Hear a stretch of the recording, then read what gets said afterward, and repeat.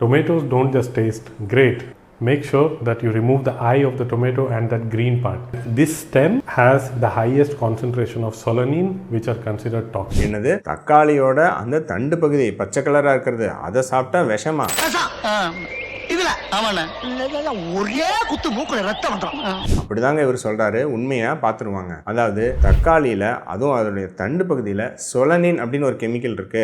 அதோட நம்ம உட்கொண்டா பயங்கரமான டாக்ஸின் ஆயிடும் அப்படின்னு சொல்றாங்க. உண்மையா பார்த்துருவோம். சொலனின் அப்படிங்கிறது தக்காளிலையும் உருளைக்கிழங்குலையும் இயற்கையா இருக்கக்கூடிய ஒரு அல்கலாய்ட். இது அதிக அளவில் நம்ம உட்கொள்ளும் போது, அதாவது கிட்டத்தட்ட 100 மில்லிகிராமுக்கு மேல நம்ம ஒரு மனுஷன் உட்கொண்டா உங்களுக்கு வயிறு சார்ந்த உபாதைகளும், அதை விட அதிகமாக 300-400 மில்லிகிராம் மேல உட்கொண்டா நரம்பு ரீதியான பிரச்சனைகளும், ஈவன் ரேரா இறப்பெல்லாம் நேரலாம் அப்படின்னு சொல்றாங்க. ஆனா பாயிண்ட் என்னன்னு சொல்றேன், பச்சையான பழுக்காத தக்காளியில தான் இந்த சொலனின் அதிகம். அதாவது ஒரு 100 கிராம்ல கிட்டத்தட்ட 30 மில்லிகிராம் மேல இருக்கலாம். ஆனா பழுத்த தக்காளியில இந்த சொலனின் வெறும் 0.5 மில்லிகிராம் தான் இருக்கும். அது கொஞ்சம் அதிக கான்சென்ட்ரேஷன் அந்த தண்டுல இருந்தாலும் மொத்தமாவே எல்லாம் சேர்த்து ஒரு 100 கிராம் தக்காளியில 0.5 மில்லிகிராம் தான் இருக்கும்.